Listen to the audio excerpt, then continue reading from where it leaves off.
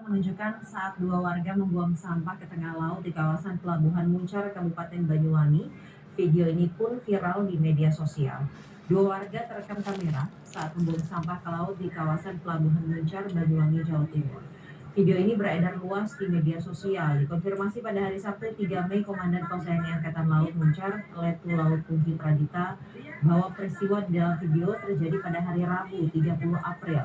Personel TNI AL berhasil menemukan kedua pelaku pembuang sampah. Keduanya kemudian diberi pembinaan tentang dampak membuang sampah sembarangan. Untuk mengatasi banyaknya sampah di Kecamatan Muncar, Pos TNI Angkatan Laut Muncar akan berkomunikasi dengan Portinka Muncar untuk mencari solusi. Salah satu solusi yang dibahas adalah setiap RW harus memiliki gerobak sampah. 4 orang penambang emas di Kabupaten Kapuas, Kalimantan Tengah tewas tertimbun tanah longsor. Peristiwa ini terjadi saat para korban sedang melakukan aktivitas penambangan dalam kondisi hujan. Sebuah video menunjukkan sejumlah orang sedang mencari tempat pihak manapun, dan dalam forum inilah kita menunjukkan kemajuan kita sekaligus kita ini menjadi kerjasama baik dengan negara lain, dengan entitas lain, non pemerintah, dan misi itulah yang kita buat, tetapi tetap dengan mereka pada tujuan-tujuan pembangunan yang berkelanjutan. Ekonomi Indonesia dirancang untuk tumbuh lebih tinggi dengan target mencapai 8% dalam rencana pembangunan jangka menengah nasional RPJMN 2025 hingga 2029. Target ini jauh lebih tinggi dibandingkan rata-rata pertumbuhan ekonomi nasional dalam 10 tahun terakhir yang hanya sekitar 4%. Namun meski fokus pada pertumbuhan ekonomi, Indonesia tidak mengabaikan budaya dan alam. Hal ini disampaikan oleh staf ahli Menteri PPN Kepala Bappenas menangkap Kepala Sekretaris SDGs Pungkas Wahyudi Ali dalam wawancara dengan CNBC Indonesia di sela-sela World Expo 2025 Osaka Jumat lalu. Pungkas menegaskan bahwa Indonesia memiliki kekayaan alam dan budaya yang justru dapat menjadi mendorong utama bagi ekonomi nasional. Ke depan ekonomi Indonesia tidak hanya berorientasi pada kemajuan, tetapi juga berlandaskan prinsip keberlanjutan atau sustainable growth dengan tetap menjaga budaya dan juga alam. Indonesia sendiri terlibat aktif dalam pencapaian Sustainable Development Goals dengan 17 tujuan, 199 target, dan 289 indikator yang akan dicapai hingga tahun 2030. Salah satu pilar utama dalam implementasi SDGs adalah pembangunan sosial, ekonomi, lingkungan, serta hukum dan tata kelola yang baik.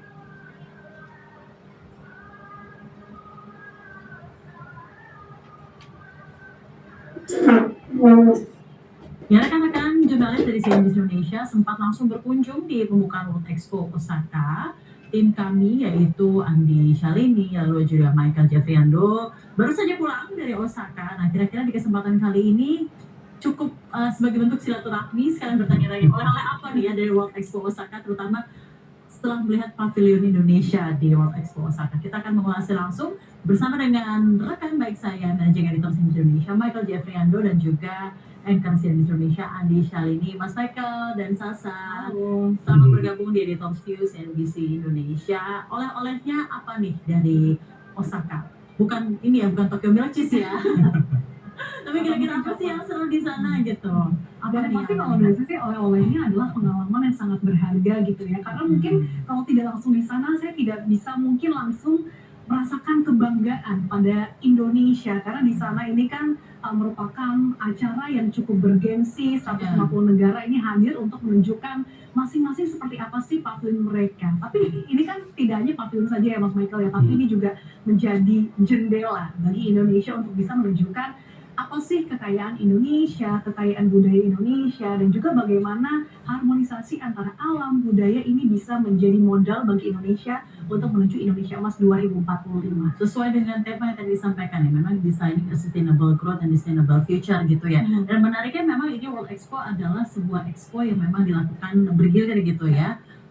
Dari lokasi-lokasi sebelumnya kita ingat juga Osaka Expo sebelumnya pernah dilakukan di Dubai, sekarang ini Expo dilakukan di Osaka, dan memang secara 5 tahun ini memiliki tema tersendiri dan beragam negara, ratusan negara ini berlomba-lomba menunjukkan showcase yang terbaik atas negaranya gitu ya. Indonesia itu Designing Future and Harmony kalau tidak salah temanya, dan juga negara-negara lain Nah, tapi yang menarik, untuk Pavilion Expo di Indonesia sendiri kira-kira apa nih, Nasa? Ya, kalau saya sih yang pasti, Udah kita ke Pavilion Expo mana aja? sudah ke beberapa negara, tapi yang pasti, hati saya masih jatuh ke Pavilion Indonesia sih. Ya pastinya ya, Pasti sekali, gitu karena ya. ketika hadir opening itu benar-benar antusias masyarakat ternyata sangat tinggi, apalagi saat itu juga rintik hujan menghujani seluruh pavilion sehingga itu sangat dramatis.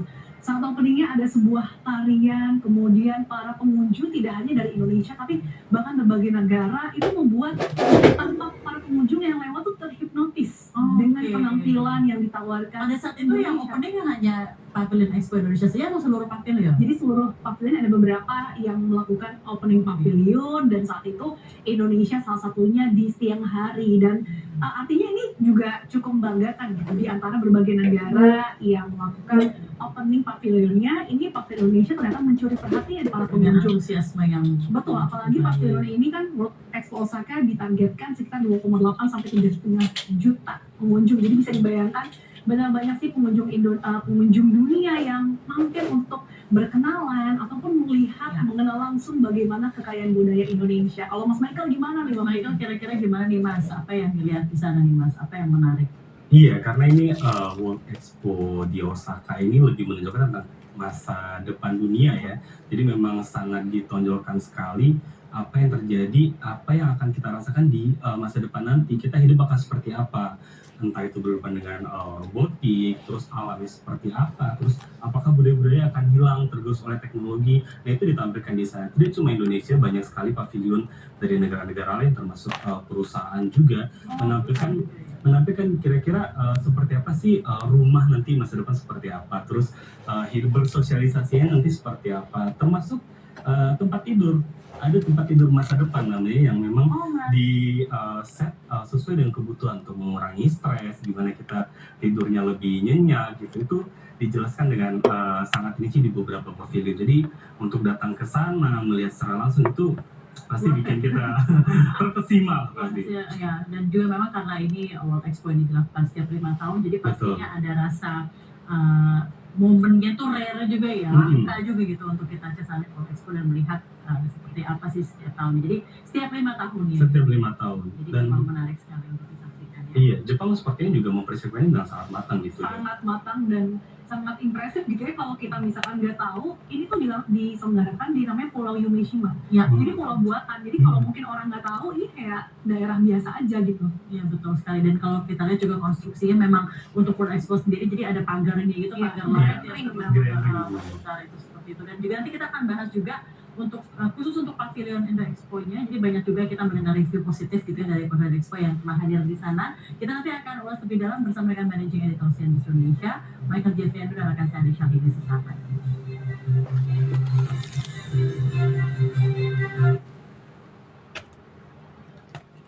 Dajen Kunto itu belum bisa bergeser karena memang ada tugas-tugas yang masih harus diselesaikan oleh mereka ya dengan perkembangan situasi saat ini. 75 tahun, salah satu pedagang di pasar tradisional Gunung Kidul mengalami hal yang naas. Ia menerima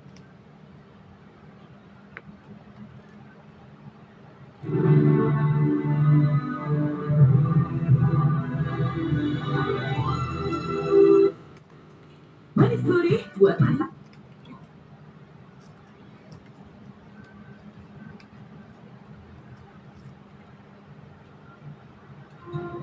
dan selanjutnya adalah Sasha Gooden over the line second to third. Sehingga bisa diberangkatkan.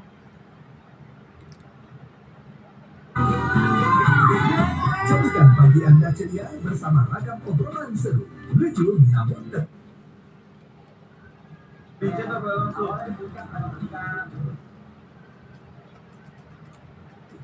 perpaduan matang tembakau dan jahe, untuk rasa dan aroma otentik.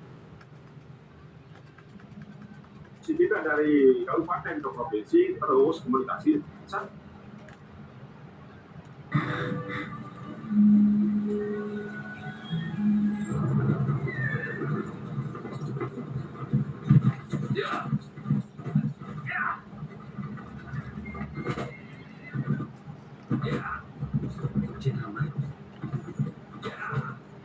Nejue,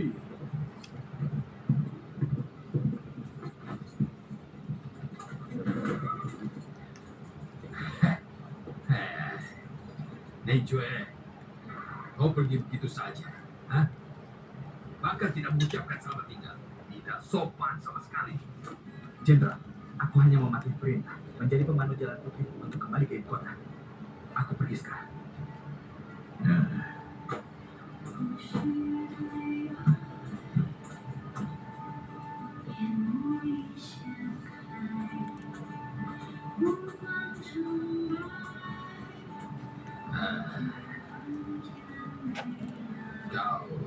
Kau menjadi pemandu jalan orang lain. Bagus, baik-baik. Sebelum makan sakit kepala, bila oke nyembuh ya, itu kan redakan sakit kepala.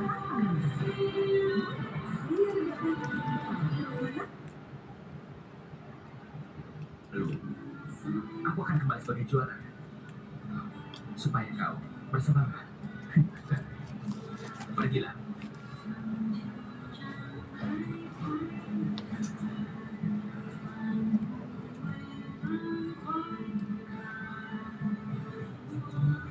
Biarkan dia menemani. Kita sudah sepakat. Tidak boleh tua. Tidak boleh mati. Tunggu aku kembali padamu. Baiklah.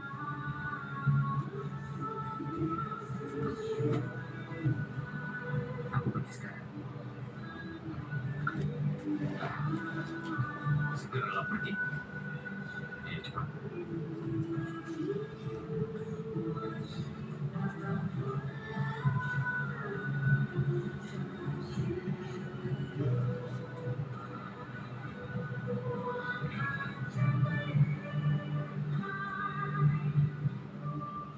Walaupun kau yang bilang, aku tidak akan mengerti. Aku pernah mempelajarinya di sini.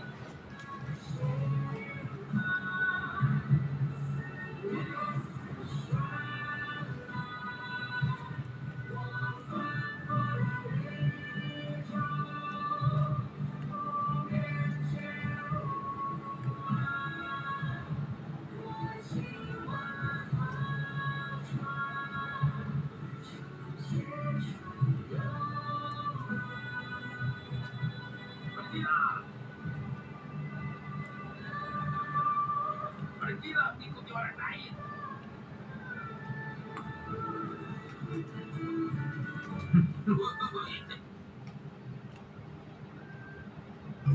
Berinovasi penting. Ketika kepintar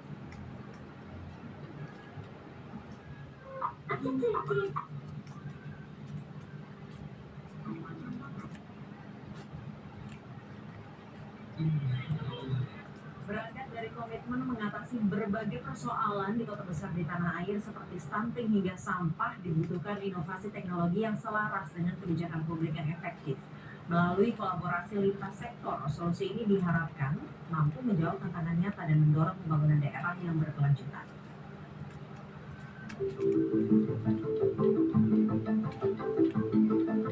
Untuk mengatasi berbagai persoalan kota besar seperti stunting hingga sampah, dibutuhkan inovasi teknologi yang berpadu dengan kebijakan publik melalui pendekatan kolaboratif yang mendorong pembangunan daerah berkelanjutan. Salah satu inisiatif yang hadir menjawab kebutuhan tersebut adalah Future Gain for Change atau FGC. Dalam acara Demo Day pada 2 Mei di Jakarta, FGC memilih 6 startup terbaik untuk menjalankan proyek percontohan di Bogor, Semarang, dan Palembang, berkolaborasi dengan pemerintah daerah. Direktur Inovasi Pijar Foundation Cynthia Krisanti menjelaskan, program ini fokus pada isu strategis seperti stunting, banjirop, hingga pengelolaan sampah. Dan harapan FGC menjadi platform open innovation yang menyelesaikan masalah pada kota-kota besar di Asia Tenggara. Pemerintah kota sebuah sasaran yang menarik menurut kita, karena sebenarnya pemerintah kota juga adalah sebuah pembuat kebijakan, di mana di situ ketika kita melihat ada sebuah solusi startup yang bagus, sebenarnya ada potensi bagaimana startup ini bisa dijadikan pertimbangan untuk mereka mengubah cara bekerja dari sebuah pemerintah kota. Kementerian Pariwisata dan juga Cita Tata Indonesia, kita juga akan dibawa untuk bisa menyaksikan bagaimana sejarah ataupun mungkin pengalaman yang mengharmonisasikan antara alam, budaya, dan juga mungkin mitos yang Indonesia melalui Ada juga tentang yang mitos, betul. ya, Jadi ada namanya. area teater kita bisa menonton di sana dan itu kursinya cukup banyak ya, Cukup banyak. ada sekitar 180. Jadi nggak usah khawatir kalau misalkan apakah nanti ada tempat duduknya atau enggak, itu semuanya bisa difasilitasi. Dan ini Jadi luar biasa ya. sangat luar biasa sih menurut saya. Ini harus di masyarakat ke sana karena sebenarnya kita jadi bangga juga karena banyak banget masyarakat, para pengunjung yang bahkan beberapa pengunjung yang kita wawancarain ya, ada beberapa orang yang dari Jepang bahkan ternyata mereka jadi ingin ke Indonesia nih kalau dengan melihat wow. Indonesia. Jadi artinya ini Sebegitu tidak ngenanya ya. betul, sangat emosional artinya dihadirkan oleh Pavilion Indonesia. Dan produk UMKM kita tuh ternyata laris manis juga gitu. Ya. Baru beberapa hari dibuka Nah, ini yang itu menarik nih. batik itu ternyata udah sold out gitu dan harus pre-order lagi ke Indonesia. Jadi beberapa itu yang ngantri mau beli batik itu harus dicatat dulu namanya, alamat, untuk nanti dihubungi lagi gitu. Tidak hanya mendatangkan diharapkan mendatangkan para pengunjung ataupun wisatawan ke Indonesia, tapi tadi meningkatkan bagaimana produk UMKM lokal Indonesia. Tadi Mas Matt bilang bahkan hari pertama saja opening sudah sold out. Apalagi memang mereka ingin mengetahui batik-batik Indonesia dan salah satunya adalah batik yang diperkenalkan adalah batik Tuntung gitu ya. Itu juga merupakan salah satu dari logonya kan ya. Betul, sesuai dengan maskot yang diangkat di Pavilion Indonesia yaitu Tuntung. Jadi memang ini ada 3 yang diperkenalkan untuk merah, hijau, dan biru. Indonesia. Tumala, Tumbaya, dan juga Tumasa. Jadi bagaimana Tumala ini menggambarkan bahwa memang masyarakat Indonesia berdampingan hidup dengan alam, kemudian bagaimana alam tidak bisa dipisahkan dengan budaya, dan juga tadi yang disampaikan oleh Mas Pek terkait dengan Tumasa itu masa depan Indonesia.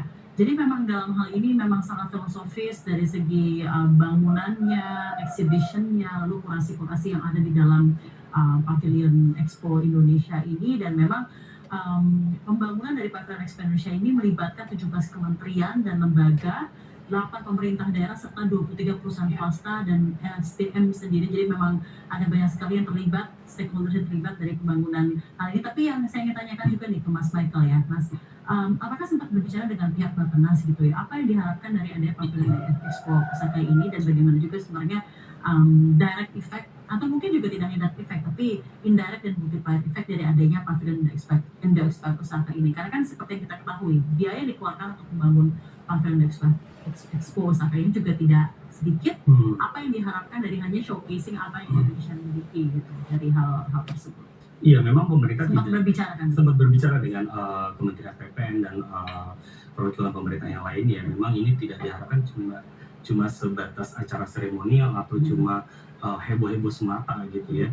Tapi ini memang ada misi khusus. Yang pertama dari sisi perdagangan. Memang kita lihat di sini bakal ada pertemuan dengan beberapa pengusaha, baik itu dari Jepang ataupun negara lain, untuk kita perkenalkan produk-produk Indonesia dan termasuk untuk sektor-sektor yang akan kita tawarkan untuk investasi. Gitu. Jadi ini memang dampaknya akan sangat luar biasa kalau seandainya ini dibuka lebar gitu. Karena kita tahu sekarang perdagangan lagi tidak baik-baik saja gitu ya. Dengan cara seperti ini dimungkinkan pasar-pasar non tradisional dari Indonesia itu bisa terbuka dan UMKM kita punya peluang yang lebih besar untuk ekspor gitu.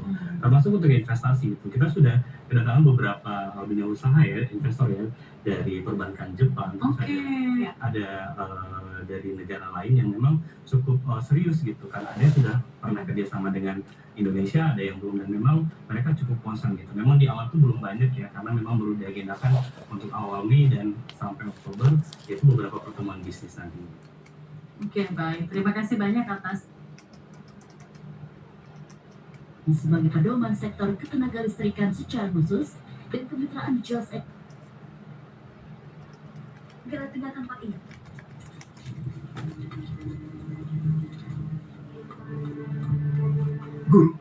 Guru baik-baik saja. Ada yang mengubah permainan catur ini, tapi orang yang aku kirim, orang itu bahkan tidak berlatih. Aku masih belum bisa memastikannya. Tapi orang itu tidak sesederhana itu. Kepulangan putri ke ibu kota kali ini, apakah mungkin? Mengji, kau ingatlah, Hao Tian Taunanman, meskipun adalah cabang Sili, tapi juga adalah pintu selatan negara Tang. Yang kita patuhi hanyalah perintah dari Kaisar. Orang-orang itu masalah pewaris tahta. Pintu selatan tidak akan ikut campur. Aku paham, Guru. Orang itu identitasnya tidak jelas, tapi kedatangannya membangkitkan angin yang berbeda di ibu kota.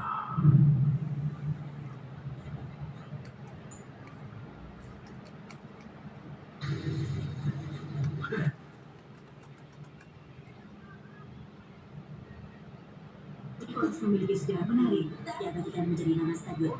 Update Senin sampai Kuatnya itu obat doping ya karena faktor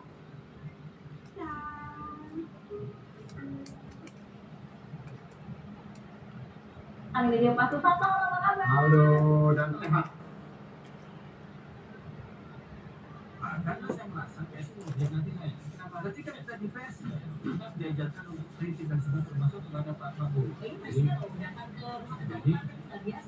ikuti perbincangannya dalam Political Show setiap Senin jam 8 malam live di CNN Indonesia.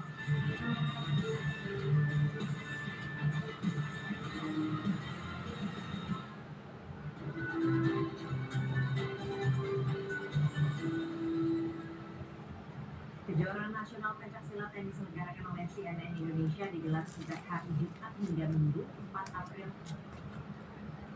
2025 dan berkomitmen untuk memperkuat kerjasama di sektor-sektor strategis seperti semikonduktor, infrastruktur, ekonomi digital, hingga keuangan.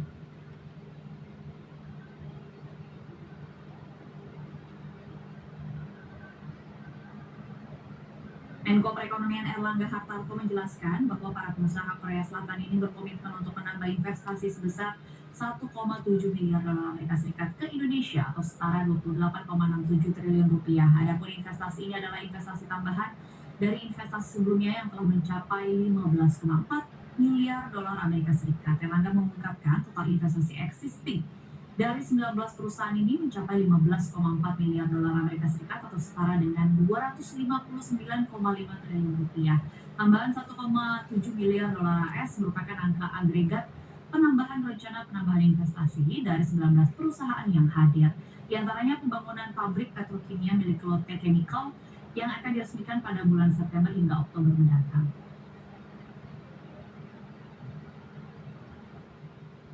Dari segi Korea sendiri, mereka mengapresiasi pertemuan dengan Bapak Presiden yang berjalan secara terbuka, dan Bapak Presiden mendengar satu persatu, dan itu yang membuat mereka sangat mengapresiasi keterbukaan pemerintah.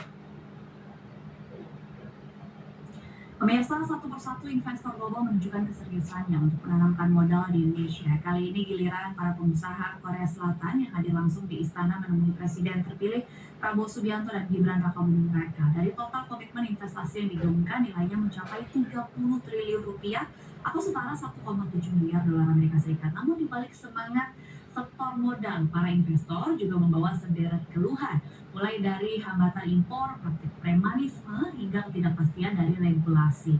Salah satu sinyal kuat datang dari mundurnya LG Energy Solution dari mega proyek baterai kendaraan listrik di Indonesia, sebuah pukulan telak yang perlu dijawab dengan strategi dan bukan sekedar seremoni. Di media sosial sendiri, publik pun ikut bersuara di mana investasi terus, tapi lapangan kerja mana? Awas, ormas mengintai hingga investor antri di IKN beneran jalan atau cuma janji.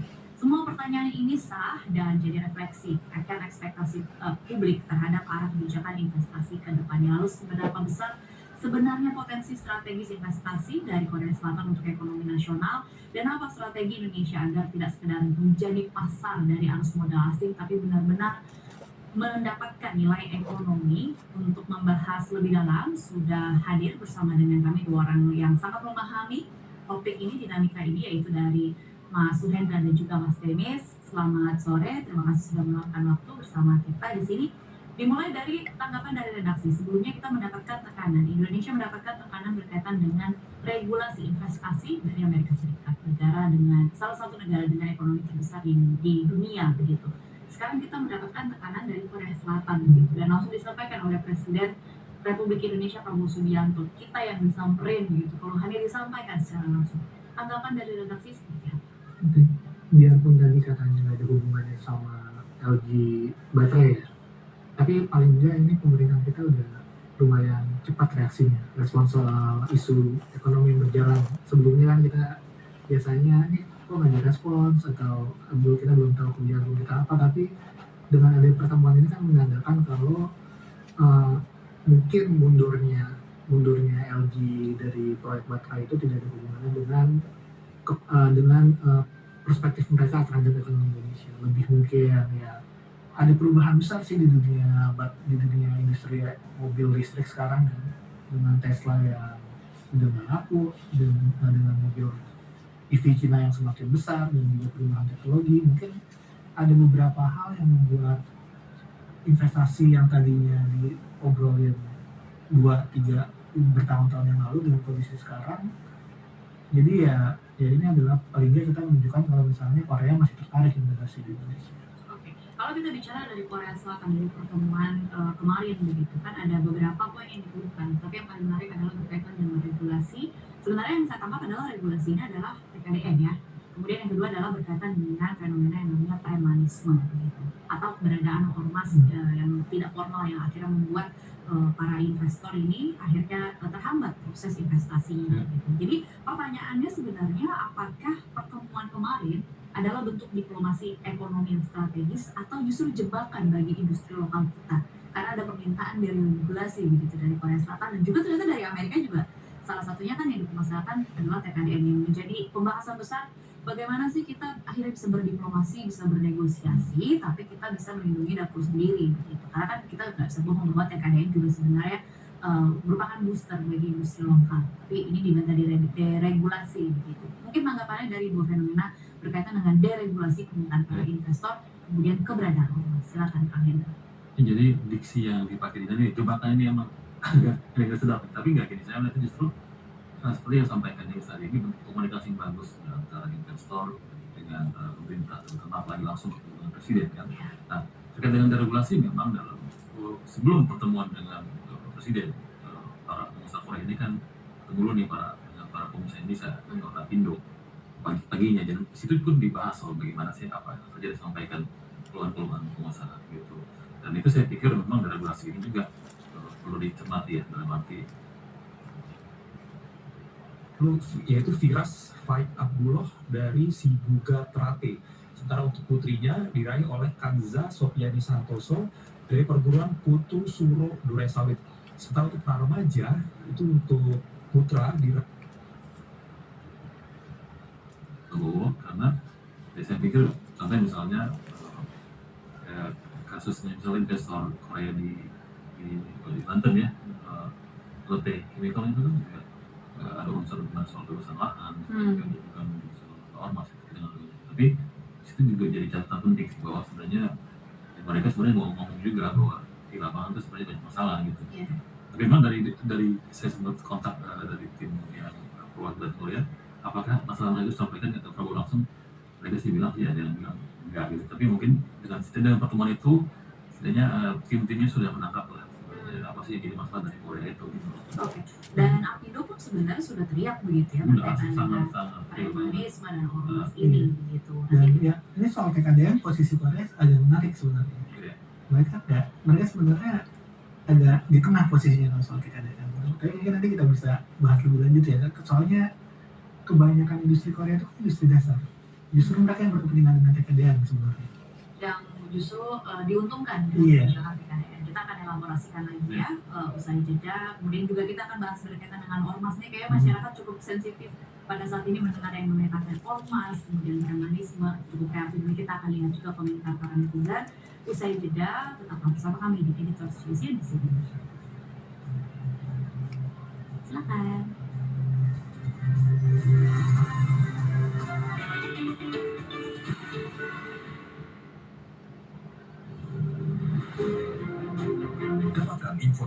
analisis terlengkap perdagangan pasar efek di sesi pertama, serta proyeksinya di sesi kedua. Untuk data-data lebih lanjut mengenai data tenaga kerja, perkiraan pertumbuhan ekonomi, dan elemen manufaktur. Simak berita terkini seputar aksi korporasi dari dalam dan luar negeri. Saksikan Power Lunch, Senin sampai Jumat jam 11 siang lewat 55 menit. Live di CNBC Indonesia. Menghadirkan rangkuman informasi perdagangan saham jelang penutupan serta prediksi esok hari. Memang cenderung sepi ya dari sentimen nilai transaksi. Simak analisis teknikal dan fundamental saham secara mendalam langsung dari para ahli. Paling menunjang ada di banking, ada saham-saham dari sektor properti. Saksikan Closing Bell Senin sampai Jumat jam 3 sore. Live di CNBC Indonesia. Menghadirkan diskusi bersama narasumber yang kompeten di sektor pertanian dan pangan Indonesia. PTN akan menjadi backbone untuk swasembada gula konsumsi. Memperbarui informasi seputar aksi korporasi dan analisis berbagai kebijakan. Saksikan Food Agri Insight dalam program Squawk Box setiap Kamis jam 8 pagi di CNBC Indonesia. Dapatkan informasi terlengkap seputar geliat sektor infrastruktur tanah air. Yang operasional itu sepanjang 1.830 km. Simak dialog eksklusif bersama regulator dan pelaku usaha industri infrastruktur Indonesia. Saksikan segmen khusus Fokus on Infra dalam program Evening Up setiap Selasa jam 5 sore. Di CNBC Indonesia.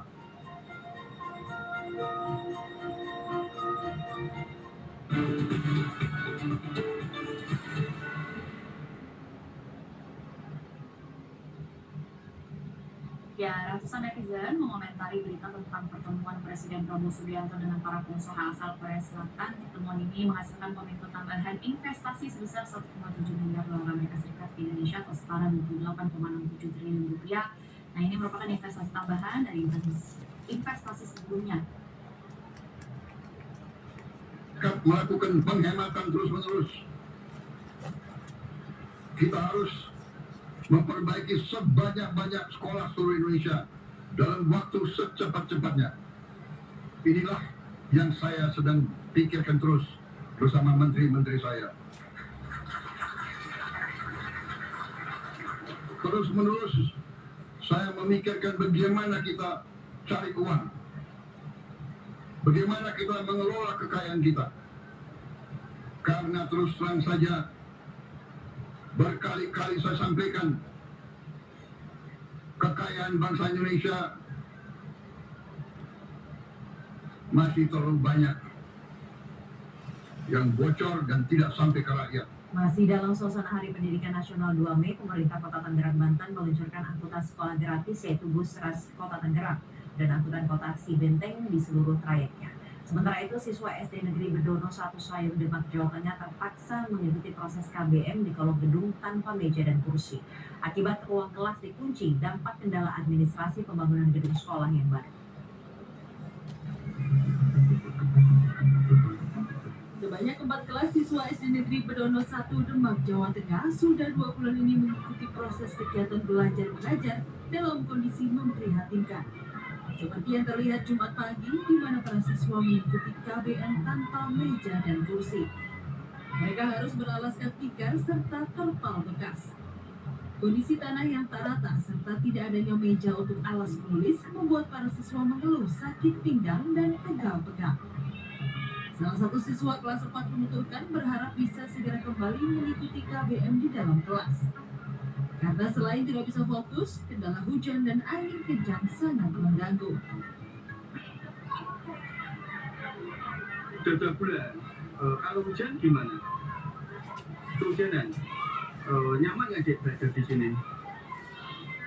Pengennya kembali ke kelas atau tetap di sini sih? Kembali ke kelas.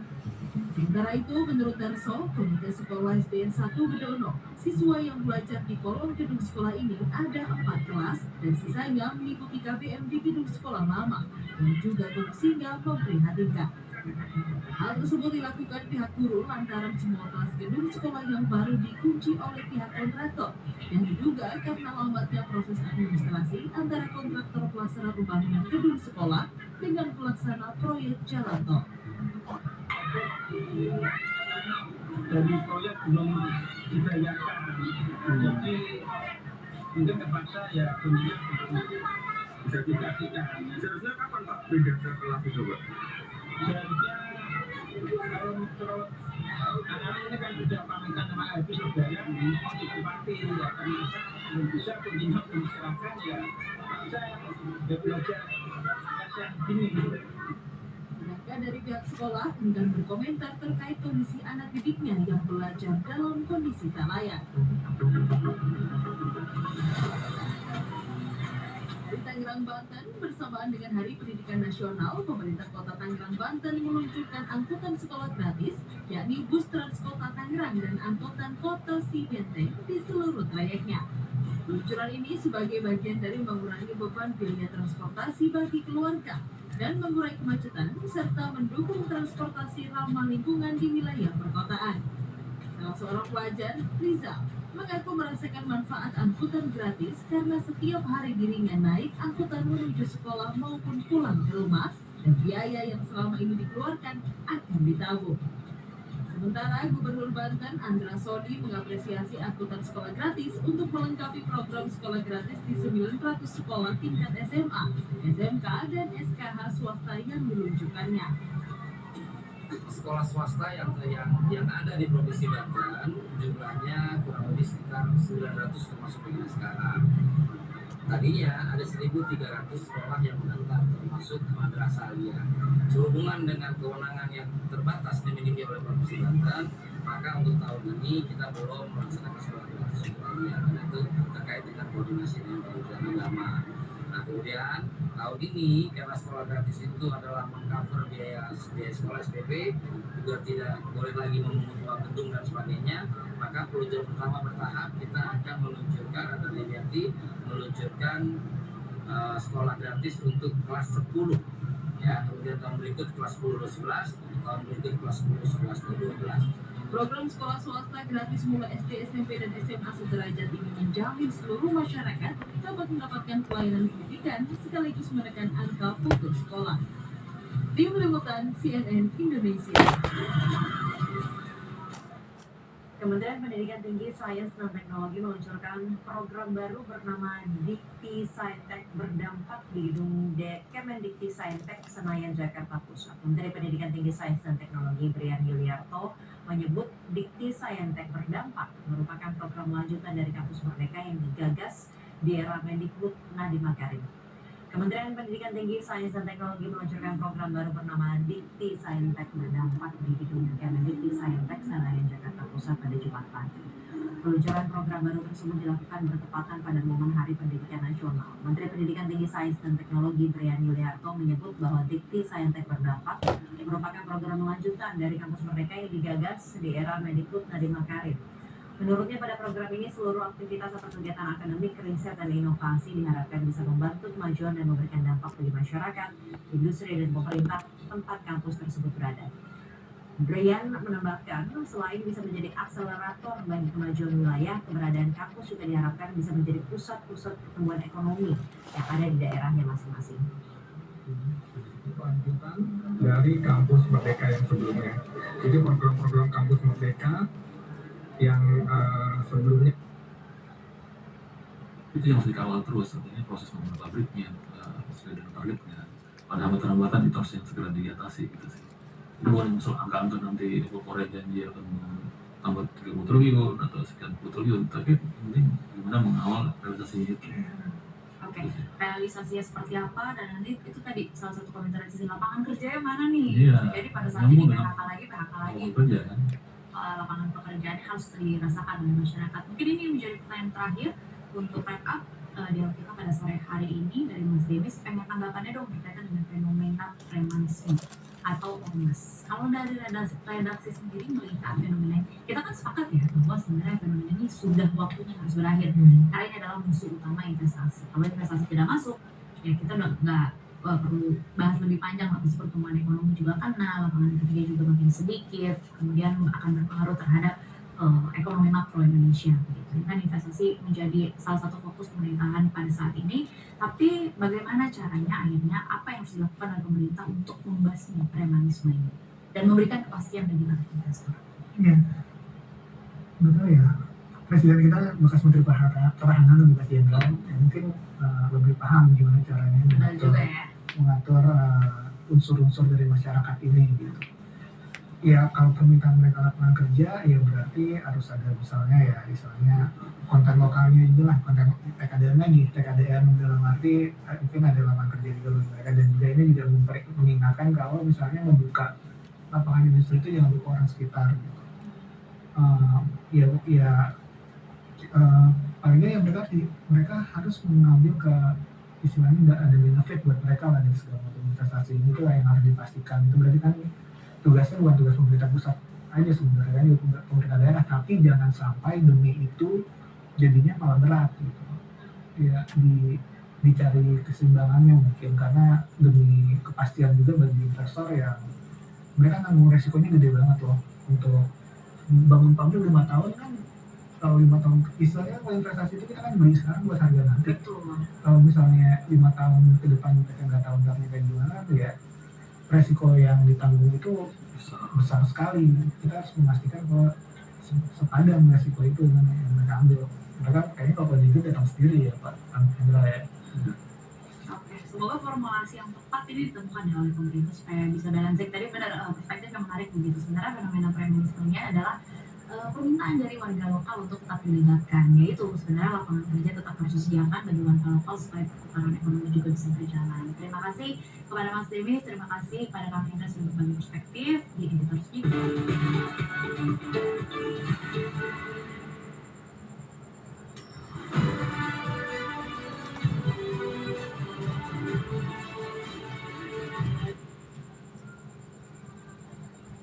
Yang sudah dilakukan oleh pemerintah provinsi. Sementara Dewan Pendidikan Jawa Timur mengatakan melalui tunjangan itu guru honorer diapresiasi dan diharapkan menambah semangat dalam melakukan pembelajaran. Selama ini mereka dinilai telah mengabdikan diri dengan dedikasi dan sepenuh hati meski pendapatannya rendah sekali. Karena sebetulnya masa depan dari suatu bangsa itu tergantung dari pendidikan, dan pendidikan, kalau kita bicara pendidikan maka guru. Nah, kalau guru-guru kemudian diapresiasi secara material maupun secara sosial, maka ini akan menambah semangat para guru dalam mereka melaksanakan pembelajaran. Saya kira itu harus kita apresiasi dan kita dukung secara bersama-sama. Berdasarkan data dari Dinas Pendidikan Jatim, jumlah guru honorer mencapai 30.000 orang.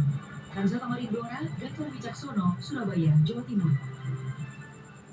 Gubernur Jakarta Pramono Anung berencana membuka museum dan perpustakaan di Jakarta hingga pukul 22 atau jam 23 atau 10 hingga 11 malam hari.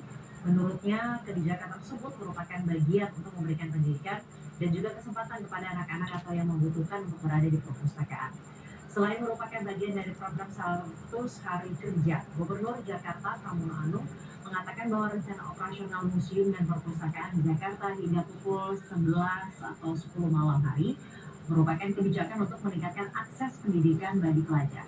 Menurutnya, pembukaan museum dan perpustakaan hingga malam hari untuk memberikan kesempatan kepada anak-anak atau yang membutuhkan untuk berada di perpustakaan. Meski kebijakan itu akan segera dilakukan, namun Pramono belum membeberkan lebih jauh terkait kapan tepatnya kebijakan itu akan direalisasi. Kami mungkin yang akan segera diselesaikan adalah hal yang menyangkut taman, museum juga akan kami buka tidak hanya sampai dengan jam 5 sore, termasuk perpustakaan. Perpustakaan akan kami buka sampai malam, mungkin jam 10 atau jam 11. Kita akan segera lakukan karena ini merupakan bagian untuk memberikan pendidikan dan juga kesempatan kepada anak-anak atau yang membutuhkan untuk berada di perpustakaan. Meski perayaan May Day telah berlalu, kesetaraan dan kesejahteraan pekerja masih menjadi sorotan. Para pekerja seni hingga pekerja rumah tangga terus mendorong perbaikan sistem ketenagakerjaan. Di tempat lain, peran strategis pekerja perempuan di garda terdepan keselamatan dan kesehatan kerja membuat para pegawai perempuan terlibat aktif menjaga standar keselamatan kerja.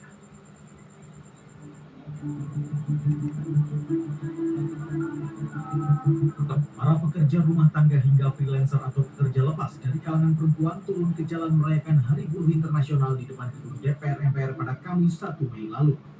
Mereka juga menyuarakan sejumlah isu ketenagakerjaan. Junisi dari Jala PRT menjadi wakil bagi lebih dari 4,5 juta pekerja rumah tangga di Indonesia yang menuntut DPR segera mengesahkan RUU Perlindungan Pekerja Rumah Tangga. Nah, yang paling penting juga adalah soal pemaknaan atau diksi dari pekerja itu sendiri. Di dalam Undang-Undang Ketenagakerjaan yang baru, kami juga ingin memperluas makna dari pekerja. Jadi pekerja itu bukan cuma mereka yang ada di pabrik, tetapi PRT itu adalah pekerja, ojol itu adalah pekerja, tukang parkir itu adalah pekerja. Di tempat lain, Siti Asyifa yang merupakan pekerja perempuan muda menjadi garda terdepan keselamatan dan kesehatan kerja di PLN Indonesia Power Unit Bisnis Pemeliharaan. Di tengah dominasi pekerja pria dan lingkungan teknis yang menantang, Siti membuktikan bahwa perempuan juga mampu berkontribusi secara strategis dalam menjaga keandalan dan keselamatan operasional di sektor ketenagalistrikan nasional. Hal ini jadi simbol nyata Di Indonesia, caranya sambungkan antena TV dengan set-top box. Tekan tombol setting pada remote dan pilih auto scan. Jika televisi sudah memiliki DVD tuner, tekan menu di remote, pilih setting, pilih saluran, lalu auto scan. Pastikan Anda menyaksikan program-program unggulan CNBC Indonesia dengan kualitas gambar dan suara terbaik melalui siaran digital.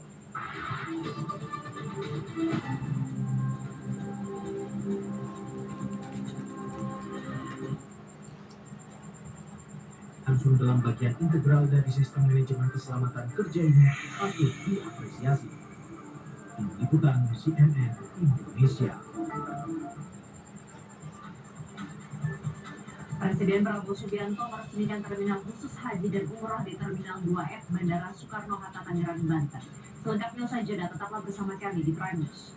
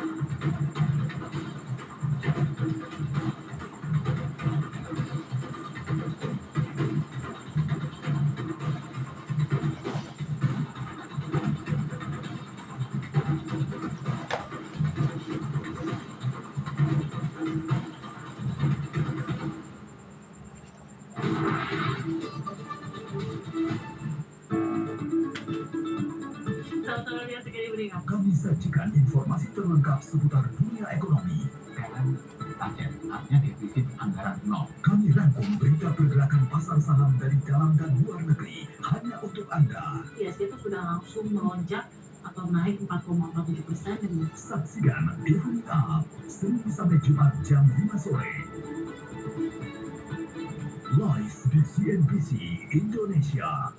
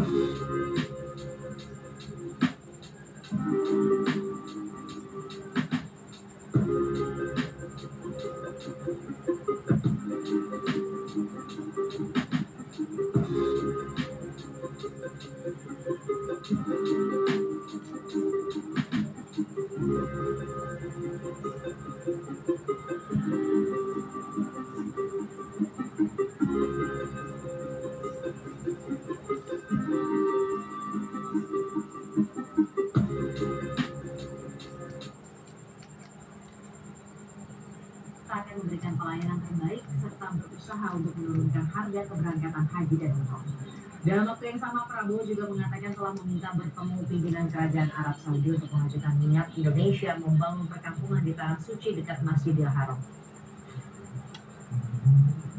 Pemerintah kita, khususnya di bawah kepemimpinan saya, akan berusaha sekeras tenaga untuk memberi pelayanan terbaik. Juga kita berjuang keras untuk menurunkan biaya haji semurah-murah yang kita mampu. Jadi saya minta Menteri Agama, Kepala Badan Urusan Haji, tentunya dibantu oleh Penasihat Khusus Presiden bidang haji untuk koordinasi sebaik-baiknya, duduk bersama dan mencari solusi-solusi untuk mengurangi ongkos haji. Jika memang ditakdirkan untuk menunaikan ibadah haji, tidak ada yang bisa merintangi meski di usia senja maupun muda.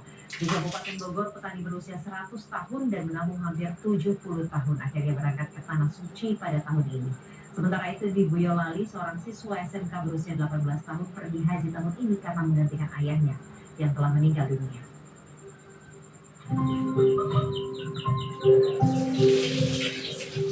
Meski usianya sudah senja, yakni 100 tahun, Sanusi, petani asal Lewisadeng, Kabupaten Bogor, Jawa Barat, tetap aktif bertani di lahannya. Kerja keras Sanusi menjadi petani dan menabung selama 70 tahun akhirnya berbuah manis. Tahun ini dirinya bisa berangkat ke Tanah Suci untuk melaksanakan ibadah haji. Sanusi ditetapkan sebagai jemaah prioritas lansia setelah mendaftar haji sejak tahun 2019.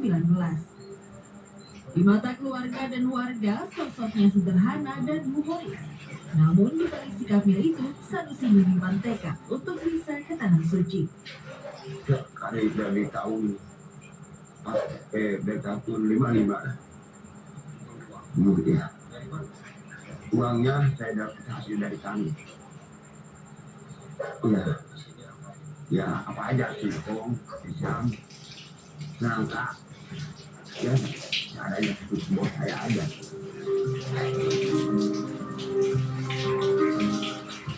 Tidak hanya yang tua, yang muda pun jika sudah ditakdirkan berangkat haji, maka bisa terjadi. Seperti di Boyolali, Jawa Tengah, Dian Mamora Miftahul Firdaus, 18 tahun, siswa kelas 12 salah satu SMK di Colomadu, Kabupaten Karanganyar ini, berangkat haji di tahun ini.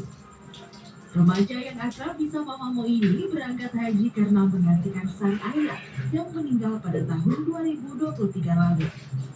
Sebelumnya, ayah Mamo mendaftar haji bersama ibunya sejak tahun 2012 dan kini Mamo menemani sang ibu beribadah haji ke Tanah Suci.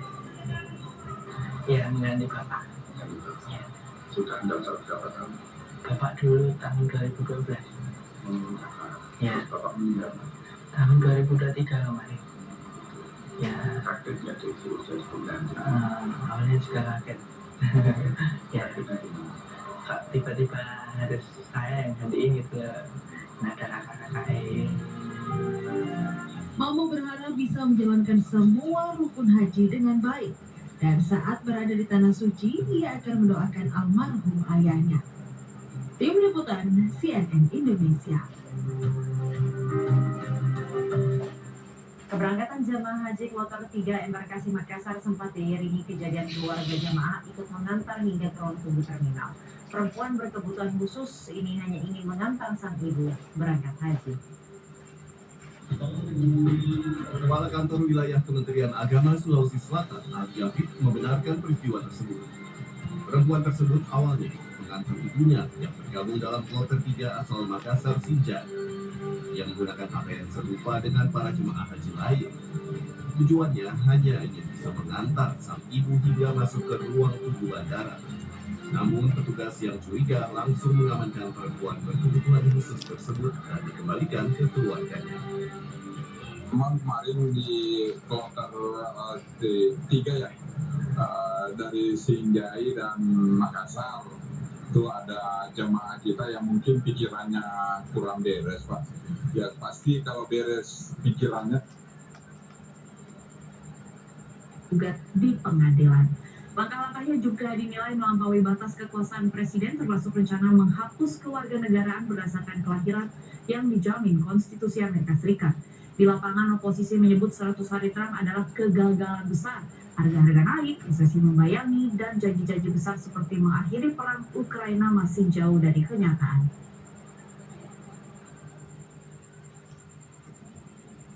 Sementara itu, Presiden Amerika Serikat Donald Trump akhirnya menandatangani perintah eksekutif baru untuk menyelamatkan industri otomotif dari tekanan tarif impor. Langkah ini diumumkan hanya beberapa hari sebelum tarif 25% atas komponen otomotif resmi diberlakukan. Dan bertepatan juga dengan kunjungan Trump ke Michigan yang merupakan jantung industri mobil Amerika Serikat di hari ke-100 masa jabatannya.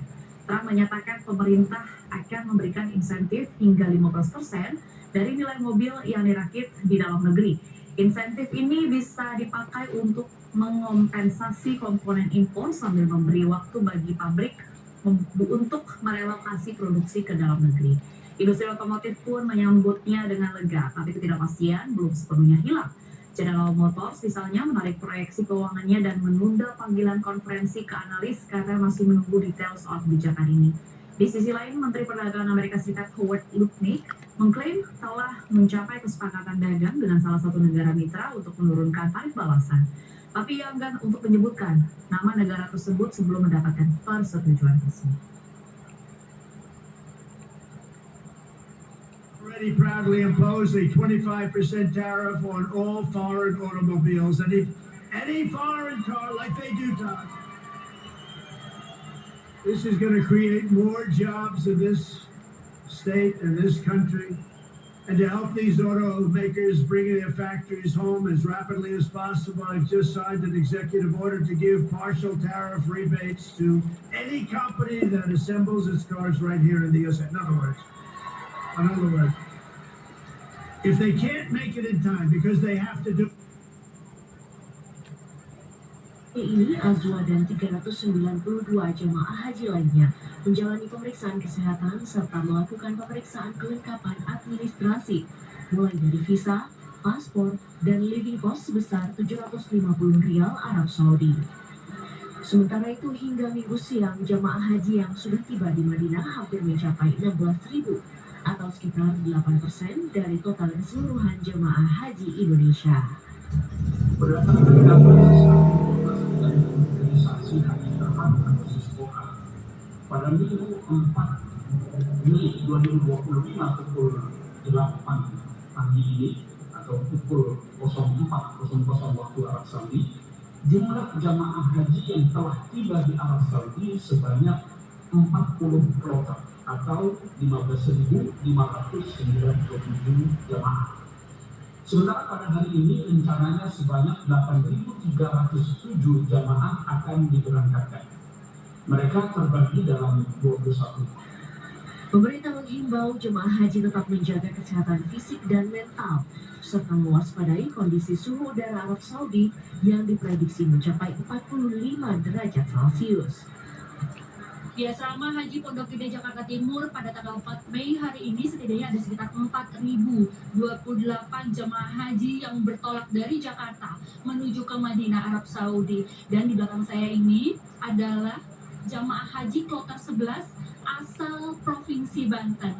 Rencananya mereka di sini akan beristirahat sekitar kurang lebih 18 jam sebelum akhirnya besok akan berangkat ke Bandara Soekarno-Hatta dan juga akan menuju Madinah dengan menggunakan maskapai Garuda Indonesia pada jam 9 pagi. Indrayani Laksmi, Andika Surahmanto, Jakarta. Sebanyak 370 calon haji Sumatera Selatan yang tergabung dalam kelompok terbang kloter 1 diberangkatkan dari Bandara Sultan Mahmud Badarudin II Palembang Sabtu petang. Jemaah asal Kabupaten Oku Timur ini terbangkan menggunakan maskapai Saudi Arabia Airlines dengan nomor penerbangan SP5403 menuju kota suci Madinah Al-Munawwaroh untuk menunaikan rukun Islam yang kelima. Jemaah asal Oku Timur, Sumatera Selatan ini sebelumnya tiba di Asrama Haji Embarkasi Palembang Jumat petang. Mereka disambut panitia penyelenggara ibadah haji Sumatera Selatan melalui proses penerimaan pemberian gelar identitas living cost sebesar Rp750 atau Rp3 juta dan menjalani proses pemeriksaan kesehatan akhir untuk dinyatakan layak berangkat ke Tanah Suci. Setelah melalui proses pelepasan di Asrama Haji, selanjutnya jemaah tiba di Bandara Sultan Mahmud